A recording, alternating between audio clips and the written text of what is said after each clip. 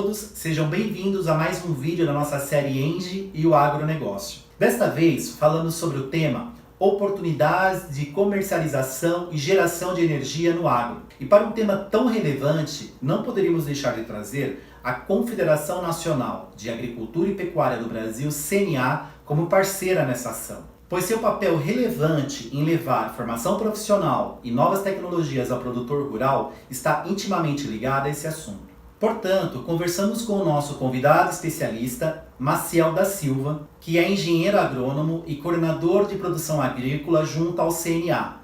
E durante a conversa, abordamos tópicos extremamente relevantes ao tema. Falamos, por exemplo, sobre o papel da CNA ser suporte e disseminadora de informações de tecnologia para a geração de energia ao produtor rural e o grande potencial que o agronegócio possui em gerar a sua própria energia. Muito legal, não é? Então nos acompanhem e caso surjam dúvidas, nos enviem. Estaremos prontos para respondê-las. Vamos lá? Seja bem-vindo, Maciel. Tudo bem contigo? Obrigado. Tudo bem com você? Tudo bom também. Maciel está direto de Brasília, né, Maciel? Abordaremos um tema bastante interessante. Eu pessoalmente já assisti muitos seminários algumas palestras que você participou. Gostei muito do conteúdo. Eu tenho certeza que o conteúdo que será exposto aqui será extremamente interessante para todos. Eu que agradeço, fico aí à disposição e espero atender as expectativas da Engie. Grande honra tê-lo você aqui, viu? Então vamos lá, vamos iniciar o nosso bate-papo, tá? Maciel, eu gostaria que você inicialmente explicasse a importância do sistema CNA-Senar para o papel da entidade, né, de estar ao lado do produtor rural, suportando e disseminando tecnologia e conhecimento, principalmente em relação a ele ser um autoprodutor ou produtor independente de energia. Certo. Eu vou começar a minha abordagem até do final da sua pergunta na questão do autoprodutor e produtor independente de energia. Perfeito. Quando a gente fala do setor agropecuário, existe uma confusão muito grande aí em relação a esses dois atores dentro do mercado de energia. Então, a gente vê que os normativos de geração distribuída ela evoluiu muito na história, muito focado na autoprodução, na pessoa desse autoprodutor de energia, na geração de energia para o consumo próprio. Mas o setor ele tem uma ânsia, um desejo muito grande de entrar no mercado de energia como comercializador. Só que, para isso, ele precisa estar figurado na pessoa do produtor independente de energia, que a gente sabe, com base nos normativos, no que a gente tem no requisito legal, que são atores completamente distintos, em alguns casos, atuando em ambientes de contratações diferentes, na questão do ambiente regulado e do ambiente livre. Então, a gente precisa deixar isso muito explícito para o nosso setor, quando da necessidade de entrar no mercado de energia, de ter isso muito bem claro, qual o ambiente de contratação que ele quer navegar e que figura ele quer representar, se ele quer ser um autoprodutor de energia ou se ele quer ser um produtor independente de energia. E as nossas atuações levam muito em consideração essas variáveis também. Então, quando a gente está falando de um autoprodutor de energia, que muito focado na geração distribuída, que aí é um potencial muito grande para o nosso setor, que nós temos muitos pequenos produtores que têm muita condição de entrar nesse mercado, sendo autoprodutor de energia, sendo autossuficiente na geração de energia, a gente começa a esbarrar em algumas questões legais que nós, como representantes desses produtores, a gente tem condição aí de buscar ajustes. Mas a gente precisa aí de uma inserção, de uma comunicação maior entre o setor agropecuário e o setor elétrico. Eu costumo brincar que a gente precisa criar uma conexão dos dois lados da esplanada ali, fazer o Ministério da Agricultura conversar com o Ministério de Minas e Energia e construir as normas pensando mais nesse setor. E no meio dessa conexão da esplanada, o Ministério do Desenvolvimento Regional também ele entra muito no meio, porque a gente acredita na geração de energia como um potencial muito grande para o desenvolvimento das regiões, das áreas rurais, como um serviço social de fato, que vai muito de encontro com o serviço do Senar, que é esse de levar conhecimento, de disseminar informação, mas também de prestar um serviço social para essa população rural. Então, a geração de energia, a GD, cumpre muito esse papel. Então, o que a gente busca, o que a gente discute muito, como representante, a melhoria desses normativos para permitir uma inserção maior do setor agropecuário. Então, quanto à tecnologia, por meio do Senar, a gente tem condição de disseminar, de levar isso na ponta, a gente tem uma capilaridade como sistema muito grande, mas a gente precisa fazer essa tradução do que a gente tem de tecnologia, que já evoluiu muito das áreas urbanas, traduzir isso para o rural e explicitar essa relevância, porque os benefícios eles são inúmeros, a gente já conhece, vivenciando eles nas áreas urbanas, e além disso a gente precisa levar esse conhecimento até mesmo para essa interpretação que eu comecei a minha fala, para ele entender a diferenciação dos atores dentro desse ambiente, para ele vivenciar melhor o setor elétrico. Porque quando a gente fala na geração distribuída, quando ele é um autoprodutor e tem um excedente, a gente vê que o setor é muito ávido de querer comercializar esse excedente. Mas mesmo não comercializando, ele tem 1000 outras alternativas que ele pode estar fazendo uso desse excedente que tem benefícios para eles também econômicos. Então, o benefício econômico ele nem sempre está diretamente ligado com a venda, com a troca financeira disso aí. Mas a redução de custo, a melhoria da qualidade na energia dele dentro da propriedade, já são ganhos que a maioria das vezes eles não conseguem mensurar ainda, porque a conexão ela é muito imatura. Obviamente, o setor elétrico, a geração de energia já tem entrado muito no agro, mas a gente vê ainda disparidades. A gente vê que tem muitos produtores que estão com alto nível tecnológico, muito inserido dentro do mercado, mas tem outros que desconhecem, não sabem como que acontece. Então, o nosso papel como Senar, como CNA, é talvez buscar esse equilíbrio, tentar ajustar e começar a construir benchmarks. A gente tem condição de fazer isso, de mostrar cases de sucesso para os demais e, inclusive, com resultados econômicos aí. E, às vezes, eu brinco também, muito dentro do setor, imagina se as nossas cooperativas agropecuárias tivessem ajuste de estatutos para serem cooperativas geradoras de energia. Então, seja utilizando da fonte solar ou mesmo utilizando de biomassa, biometano, o potencial era enorme.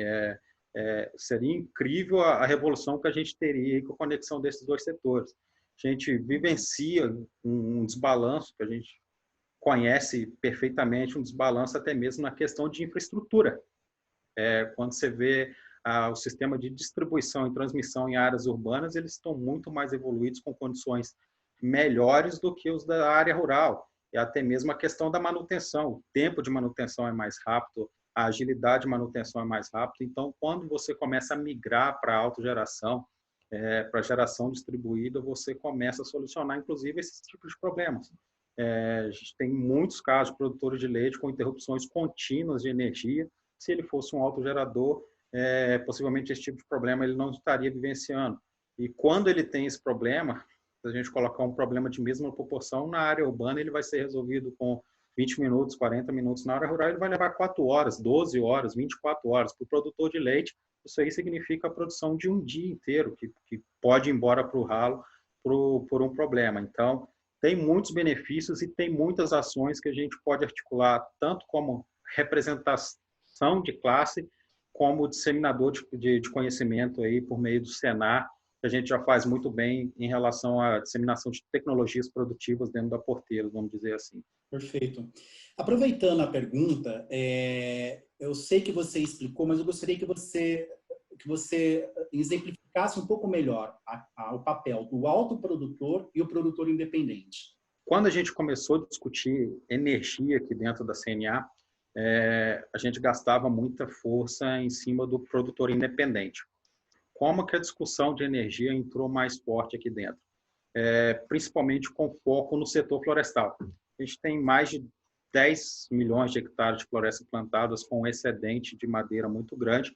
A gente deslumbrava a comercialização via leilão como uma alternativa de renda para esses produtores, para esses silvicultores, que nesse caso são produtores independentes, ou seja, você gerar energia com foco estrito em comercialização, assumindo todos os riscos. E é interessante, inclusive, que a legislação deixa isso aí muito bem claro, né? Por sua conta e risco. Essa frase dentro de um normativo chega até a ser engraçado, você gerar energia por sua conta e risco. E, além disso, o setor de cana-de-açúcar, o setor sucroenergético também, é um exemplo muito claro que eles têm uma participação muito grande nesses leilões, que as grandes usinas entram aí como produtores independentes, mas tem uma parcela do mercado de energia que é muito grande, que a gente enxerga um potencial e não tem essa necessidade de alteração de normativas tão expressiva quando a gente tem do autoprodutor, que é o ambiente de contratação livre. A gente vê como oportunidade. Hoje aí, você deve saber melhor que eu, e você representa aí entre 30% e 40% da energia gerada no país.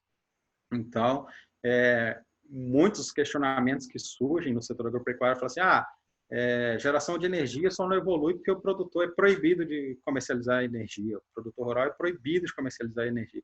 Ou seja, nunca foi. Se ele for um produtor independente, disposto a atuar no ambiente de contratação livre, ele tem autorização. A gente vê que tem algumas dificuldades normativas ainda para adequar o produtor, questão de competitividade, escala, vivência com o setor elétrico, de fato, é algo que precisa ser melhorado, mas que tem um potencial muito grande. Mas o que a gente enxerga, inclusive quanto instituição de classe representativa, vamos dizer, na nossa função de advocacy, que a gente exerce aqui no dia a dia em Brasília, a alteração dos normativos nesse ambiente de contratação, a gente vê que é uma oportunidade também. Mas as oportunidades para ele, como produtor independente, ele é muito grande. Mas o que a gente precisa de fazer nesses ajustes normativos é garantir que ele seja competitivo. Ou seja, vamos começar a discutir custo de transmissão, custo de distribuição, e o nosso papel de transferência tecnológica passa a ter importância aí também, para ele ser competitivo nessa geração e ter noção dessa capacidade, dessa estrutura contratual que está por trás do ambiente de contratação livre. Então, a gente vê que tem muitas oportunidades para o setor agropecuário, inclusive no ambiente de contratação livre, o que a gente vê que a evolução normativa dele, o histórico dele, ele foi muito voltado para consumidor. Vamos dizer que aquele consumidor que se rebelou, falou assim, eu não quero mais ficar no mercado cativo, pagando o preço que a concessionária me impõe, ao passo que eu posso entrar no livre mercado, fazer a concorrência andar e pagar mais barato por uma energia. Só que essa evolução normativa ela não foi do lado de estimular geradores de energia com o ambiente de contratação livre. Então, a gente precisa fazer o nosso papel como setor agropecuário, se a gente quer ampliar a participação nesse mercado, para criar essa balança, para que seja bom para os dois lados, inclusive para os pequenos geradores dentro desse ambiente de contratação, que a gente enxerga com potencial muito grande. Hoje, com o setor florestal, a gente já começou a dar um passo atrás em relação à participação dos leilões, já voltando ali para o ambiente de contratação regulado, porque com o preço do petróleo hoje, isso não existe argumento no mundo que justifica você alterar as condições, as regras de leilões para favorecer outras fontes de energia, ao passo que o gás vai chegar no valor absolutamente, estritamente muito baixo, muito competitivo. Então, na atual situação econômica do país, você falar em estimular outras fontes que vão ser mais caras, por mais que sejam mais sustentáveis, e a gente sabe disso, o cenário econômico não permite essa ambição tão grande. Obviamente, é um planejamento aí de longo prazo, a gente sabe que o mercado de petróleo não vai continuar nesses patamares para sempre, mas no momento a gente tem outras prioridades aí dentro da GD, dentro do ambiente de contratação livre, que a gente enxerga como uma oportunidade aí para o setor agropecuário. Ótimo, bem explicado. Deixa eu aproveitar, nessa explicação que você deu, falar sobre trazer isso mais para uma visão junto ao consumidor. Como eu disse, né, anteriormente, uma conversa que nós tivemos só nós dois, a ENGIE já fez, na realidade, algumas dezenas aí de implantação de GD junto ao público rural, junto ao consumidor rural. E uma das coisas que eu mais ouço como fornecedor para esse mercado, né, fornecedor de energia, de geração distribuída para esse mercado, seja em solar principalmente, né, que é a mais popular, a fonte de renovável mais popular que nós temos hoje, né, como também para biogás, é o seguinte: a primeira reação do produtor do produtor rural quando nos procura é ganho, mas o ganho da venda da energia. Ou seja, ele vem com uma visão, na realidade, de ganhar mais do que necessariamente ter a sua demanda atendida.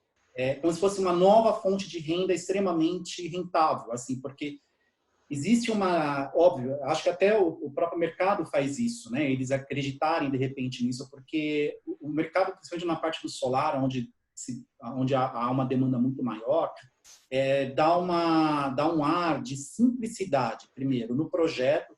Quase todo projeto é muito simples e não é. Todo projeto de solar ele precisa ser customizado, né? Ele tem que atender realmente o que o cliente precisa, e isso tem muita engenharia elétrica e civil envolvida. Então, não é um trabalho fácil. E segundo, você tem alguns parâmetros, né, principalmente de logística, etc., etc., que não deixam um produto assim tão plug and play. Eu quero dizer assim, fácil de instalar como se fosse um brinquedo. Não, não é. É um produto extremamente técnico, né? Então, isso criou-se na imagem do construtor. É um produto que é fácil e ali é extremamente econômico. Assim, qualquer lado que eu for, eu vou ter ganho com aquilo, né? E não é assim, porque nós dependemos, nosso sistema elétrico é totalmente regulamentado, né? E você tem algumas coisas que você poderia economizar mais e outras que você poderia economizar menos. Então, quando eu falo de GD, por exemplo, só de você atender a tua carga, isso eu falo para o nosso cliente, só de você atender a sua demanda de energia com uma GD, né, como um autoprodutor, por exemplo, ele já vai ter uma economia fantástica. Nós tivemos cases aqui, vários inclusive, implantados em granjas, por exemplo, granjas de avicultura, né, que tiveram, assim, teve um payback de 4 anos, 5 anos. Teve alguns projetos, inclusive, que nós tivemos nem payback. O cara, ele instalou, né, o produtor rural, ele já instalou, tendo uma economia imediata. Mas aí eu vou fazer um parênteses aqui, tá? Até para explicar, Marcel. Como você bem sabe, nós aqui no Centro-Oeste, não só no Centro-Oeste, mas na região Norte e Nordeste, nós temos o nosso fundo constitucional, que é um tipo de financiamento que dá muito fomento, tanto para a área urbana como para a área rural. A área rural, muito mais. Então, você tem taxas de financiamento muito baixas e você tem prazos muito longos, com uma carência fantástica, o que dá, às vezes, retorno de um projeto muito maior do que se você colocasse esse dinheiro em algum tipo de investimento, algum ativo financeiro, algum fundo. Então, tem projetos que nós instalamos, por exemplo, que praticamente não há payback, não há tempo de payback, o payback já é imediato. Então, assim, quando eu converso com o meu consumidor, eu já falo com ele, eu falo assim, olha, ao invés de olhar o todo, querer ganhar dinheiro comercializando essa energia, que aí você vai para um mercado extremamente regulamentado, você vai para um outro nível, né? E de repente isso não é tão, além de não ser fácil, porque é extremamente burocrático, você vai estar assumindo um outro ativo e de repente você está até desvirtuando o foco teu, que é ser produtor rural, que é estar dentro do agro, né?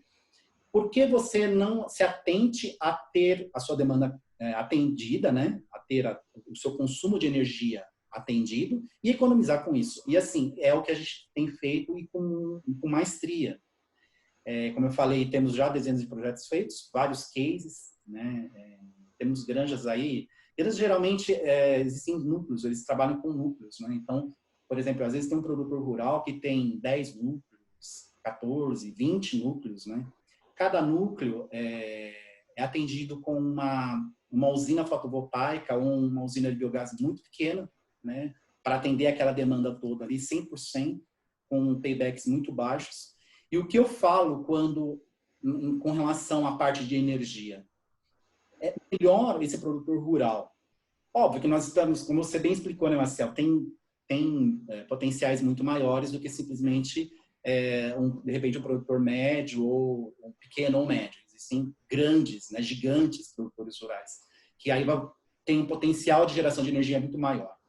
Mas o que eu falo sempre é que se preocupe inicialmente com a sua demanda, em atender a sua demanda, porque isso já vai dar uma economia gigante para você. E essa economia vai gerar muito mais eficiência e muito mais, vai aumentar o teu ciclo produtivo, essa eficiência, esse ganho de economia.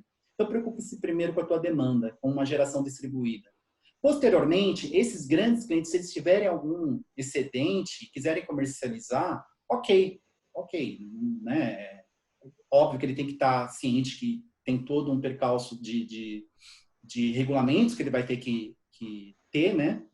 É possível, mas como você bem colocou, assim, os valores para a energia produzida dentro do agro, infelizmente, frente a outros tipos de energia, não são tão atrativos, então você não vai ter perdas, aliás, você não vai ter ganhos tão bons.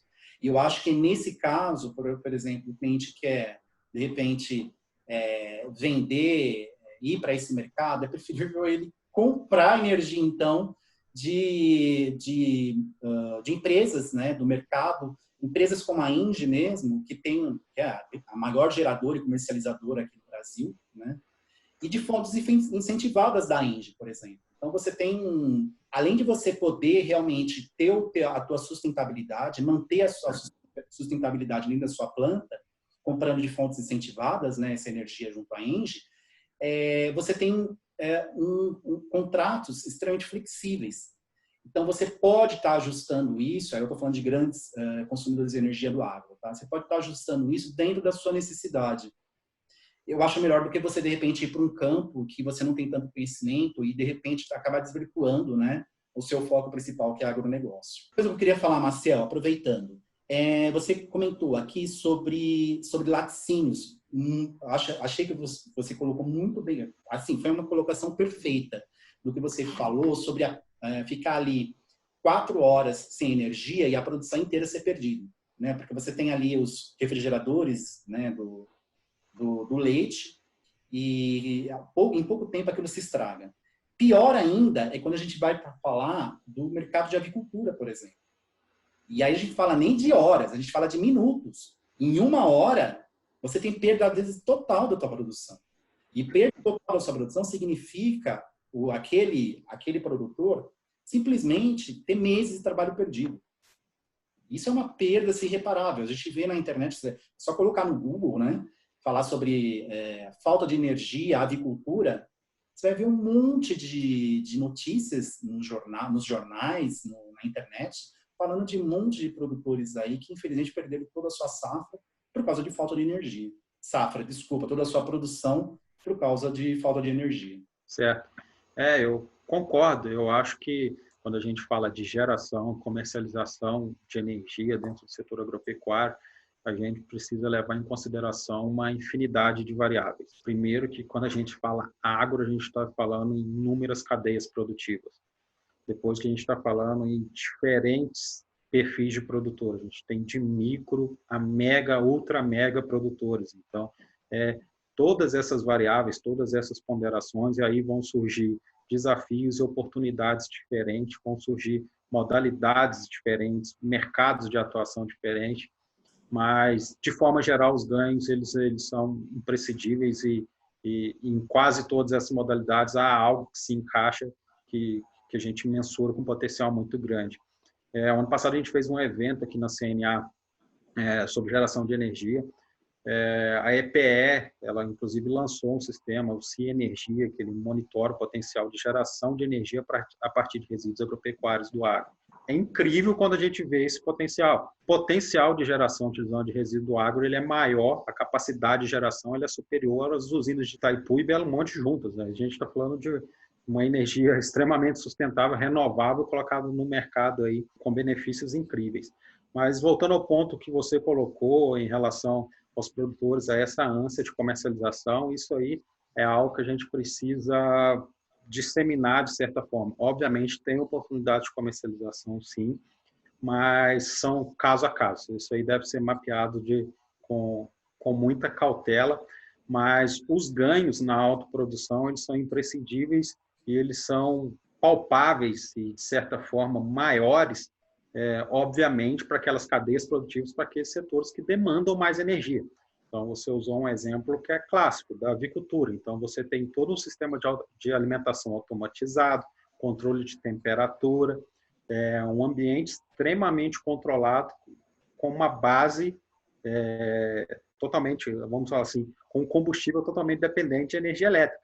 Então, uma interrupção ou qualquer estresse, você pode recorrer aí na morte da totalidade de um lote, da totalidade de todos os animais ali, que o prejuízo é incrível. Então, para esses setores totalmente dependentes de energia elétrica, você pode ver que a gente tem alternativa. Solar fotovoltaica é uma, que é incrível e tem evoluído muito, vamos dizer, do ponto de vista tecnológico no país. Então, é uma fonte modular, que ela é extremamente adaptável, obviamente, demanda um esforço, uma demanda pessoal capacitada por trás da elaboração desses projetos, mas eles são extremamente adequáveis a diferentes realidades de porte, tamanho e demanda de geração de energia.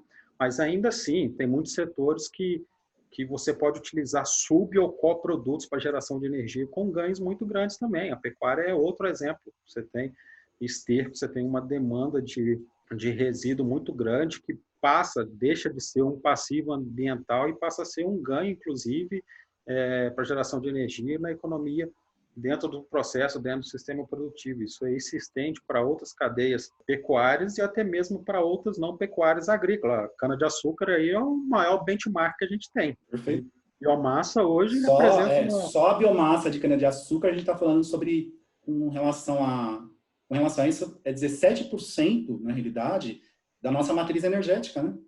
Exatamente. E que a gente está falando aí, estritamente agro, utilizando um produto ou um coproduto e com potencial ainda maior. Na hora que a gente começar a utilizar a vinhaça aí para utilização na biodigestão, isso aí vai ser superior. E é extremamente complementar o que a gente já tem na matriz energética hoje. Hoje a gente está falando de 60% da nossa matriz dependente da hídrica.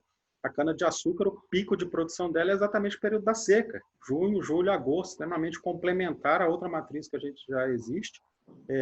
Sendo um fator estrito de custo de produção, eu fico imaginando um momento igual agora a gente está vivendo pela essa pandemia, o coronavírus está com impacto expressivo em cima do setor de etanol, de combustíveis, da própria açúcar com redução de preço. Imagina se esse setor não tivesse a autogeração de energia para redução de custo.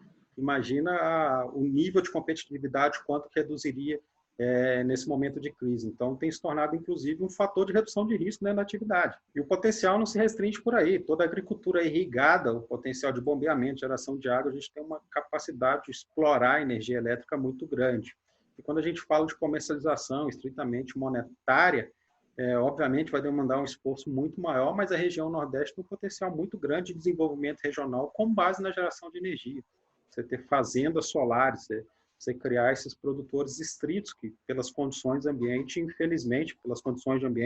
infelizmente, eles têm problemas recorrentes ali por déficit hídrico e, inclusive, por excesso de radiação solar que se for pensar do lado aí da solar fotovoltaica, passa a ser um potencial muito grande para a fonte de renda, para a contribuição do desenvolvimento regional. Então, em resumo, o que não falta é oportunidade para o agro para geração de energia. Muitas das fontes alternativas hoje que a gente tem, elas têm características de adaptar a diferentes condições. Então, eu acho que precisa conversar mais. O setor agropecuário, o setor energético precisa criar um idioma aí entre os dois, que eu tenho certeza que tem um potencial muito grande aí, com contribuições significativas, inclusive para a economia do país. Perfeito, perfeito. Concordo contigo. Estamos juntos nessa. Marcel, até aproveitando essa sua fala, né, sobre a sinergia que o agronegócio tem que ter com o setor elétrico, é necessário ter, eu queria citar, inclusive, os 17 Objetivos Sustentáveis que a ONU fez. Na realidade, assim, para quem não conhece os 17 Objetivos, ou quem não ouviu falar ainda, na realidade é como se fossem as 17 regras que a ONU fez na questão de sobrevivência mesmo, em termos de futuro. E não é um futuro muito distante, a gente está falando, tem dois grandes marcos, que é 2030 e 2050. Então, foram feitos 17 objetivos que, se cumpridos, nós seremos felizes. Ou seja, nós teremos como ter uma vida boa, né? Em termos de sustentabilidade econômica, eu não estou falando nem ambiental mesmo, eu estou falando econômica e humana, tá? Então, eu queria até mostrar 3 objetivos para elencar o quanto isso é importante para a nossa continuidade. Aí eu estou falando até como ser humano, tá? Então, eu falo do objetivo 2, que é acabar com a fome, alcançar a segurança alimentar e melhoria da nutrição e promover a agricultura sustentável.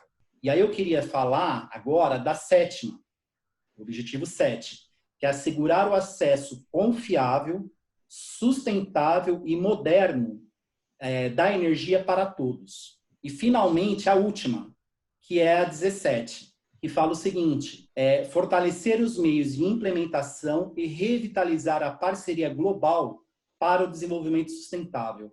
E eu acho que isso tem muito, tudo que a gente está falando aqui tem muito do meu papel, né, junto ao setor elétrico, tem muito do papel do agronegócio, que é quem é o público que está nos assistindo, e tem muito do papel da CNA, Senar, certo? Certo. A gente costuma falar, nós temos a agricultura mais sustentável do mundo. Quando a gente pega os 17 objetivos aí, direto ou indiretamente, a gente, como setor agropecuário, como um todo, a gente transita aí quase todos eles. Quando a gente soma, quando a gente coloca junto essa sinergia, setor agropecuário e setor elétrico, muitos dos que eram indiretos passam a ser indiretos. A agropecuária passa a ter um papel ainda mais direto na participação, na contribuição para a sustentabilidade do mundo. Então, acabar com a fome, desigualdade, isso aí é algo que eu acho que todo mundo almeja, todo mundo tem um desejo muito forte e está na nossa essência. Então, alimentar o mundo, garantir segurança alimentar, de fato, o Brasil nasceu para fazer isso. Isso aí é indiscutível. A gente tem capacidade de alimentar nossa população e contribuir muito para a alimentação no mundo aí nos próximos anos, sem sombra de dúvidas. Inclusive agora, quando a gente começa a pintar quadros nebulosos em relação ao abastecimento de alimento no mundo, com base em toda a crise que a gente tem vivenciado, a gente ainda ganha ainda mais força nesse momento e reforçar o nosso papel nacional e ainda assim contribuindo lá com o último ODS de unir globalmente o mundo, de unir esforços para o desenvolvimento sustentável. Então, alimentar o mundo também faz parte da nossa essência. E o setor elétrico tem muito a contribuir, tanto para aumentar ainda mais a nossa eficiência dentro como sistema produtivo, reduzindo o custo, aumentando a sustentabilidade econômica e ambiental, mas também promovendo aí o desenvolvimento de comunidades, desenvolvimento sustentável de comunidades aí, que às vezes tem muita dificuldade de acesso a uma energia de qualidade. A gente sabe que tem acesso à energia, mas a qualidade nem sempre com o que todos merecem, vamos falar assim. Então, a união dos dois setores, eu acho que reforça ainda mais o papel do agro no seu caráter sustentável aí para a contribuição do desenvolvimento sustentável do mundo. Perfeito, legal. Maciel, eu vou aproveitar aqui, inclusive, o que você falou sobre o papel, né, da sustentabilidade, sobre o papel do agro, sustentabilidade e energia, e falar um pouco sobre números, tá? Nós temos estudos realizados, e não é um estudo, são vários, dizendo que até 2050 nós seremos 10,5 bilhões de seres humanos vivendo no planeta. Hoje nós somos 7,6 bilhões, né, 2019. Então até 2050, 10,5. Sendo que para chegar quando chegarmos em 2050, para atender essa população, nós teremos que produzir mais 70% de alimentos. Para produzir 70% de alimentos, que já é um problema grande para muitos países, porque a grande maioria dos países não tem mais terra agricultável, porém são grandes consumidores de alimentos, já há um grande potencial para o Brasil em termos de agronegócio. Só que para produzir 70% a mais de alimentos, precisaremos de pelo menos mais 40% de recursos hídricos, ou água, e precisaremos mais 50% de energia. Isso eu só estou falando de produção de alimento, eu não estou falando da área urbana, alimentação de cidades, indústrias, etc. Estou falando só da parte de alimentos e toda a sua cadeia. É importantíssimo o papel do agronegócio em entender que eu estou falando de 2050, mas isso tem que começar agora, não é começar em 2045, não é começar em 2040. Primeiro, que existe sim, óbvio, que eu acho que toda pessoa, né, todo ser, ele tem um compromisso junto ao ambiente em que vive, ao ecossistema que vive, né? Isso já eu acho que é um compromisso de cada pessoa, né? Cuidar do seu ecossistema, né? Mas segundo, quando a gente pensa, 2050 está muito longe, né? Tem muitos consumidores que podem pensar desse jeito. Primeiro, talvez eu nem esteja vivo até lá. Talvez não, realmente, né? Mas os seus descendentes estarão. Então, assim, você vai deixar, na realidade, um legado, seja para a tua família, seja para os teus filhos, seja para a tua família, seja para o mundo mesmo. Você vai deixar uma história, né? Você, como agricultor, como produtor rural, você vai deixar uma história feita. E eu acho que não tem que esperar daqui muitos anos, né? 2040, chegar 2030, vamos preocupar agora. Não. Porque, primeiro, existe esse compromisso como ser humano. Segundo, você está falando em economia. Você está falando em deixar a sua produção rural mais eficiente, com ganhos, com economia e ainda, além de tudo, auxiliando todo o teu ecossistema como a agricultura sustentável. Então, assim, é uma oportunidade, óbvio, né? Existem atores que precisam estar inseridos em todo esse papel, mas já existem atores muito robustos para poder te suportar com relação a isso. E aí eu falo o próprio papel da CNA, né?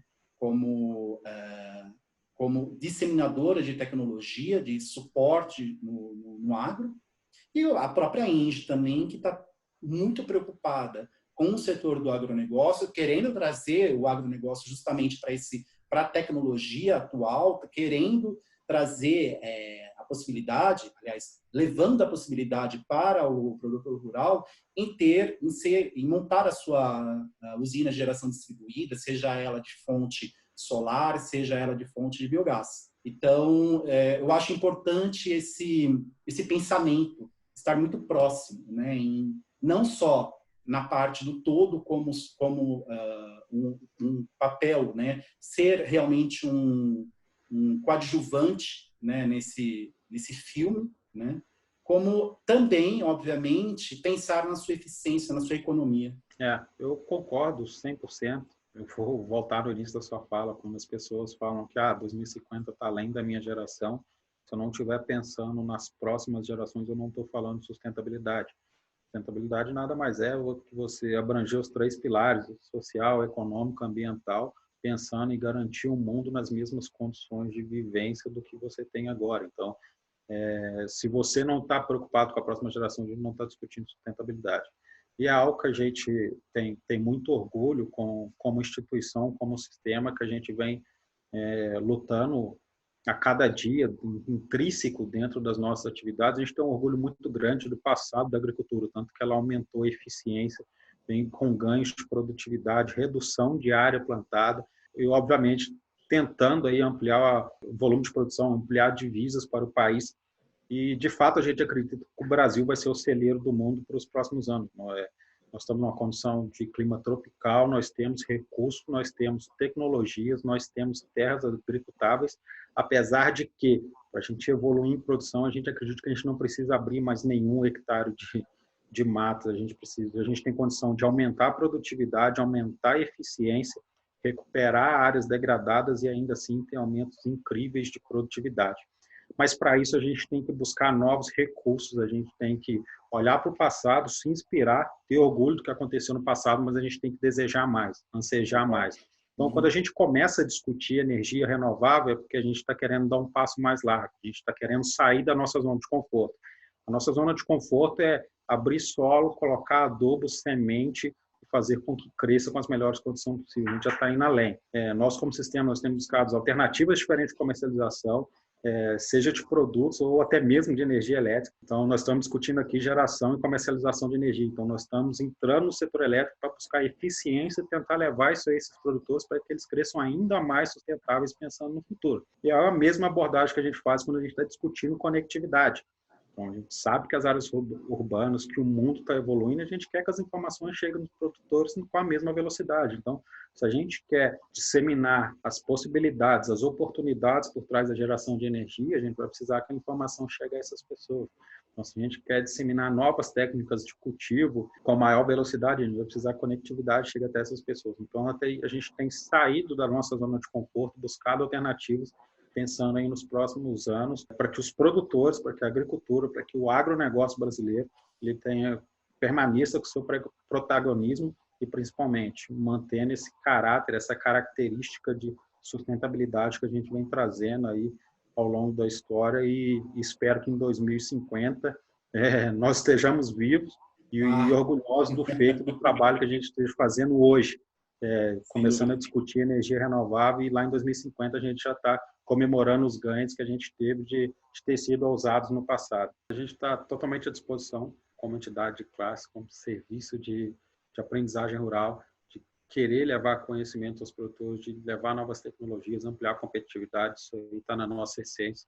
Então, nós estamos totalmente à disposição e sim, vamos trabalhar duro para querer manter a sustentabilidade da agropecuária brasileira, de querer levar alimento para o mundo aí, nos próximos anos, garantir aí segurança alimentar e, claro, garantir divisas e o desenvolvimento econômico do país, que vai depender muito de nós nesse período pós-crise. Perfeito. Marcel, chegamos ao final da nossa conversa, infelizmente.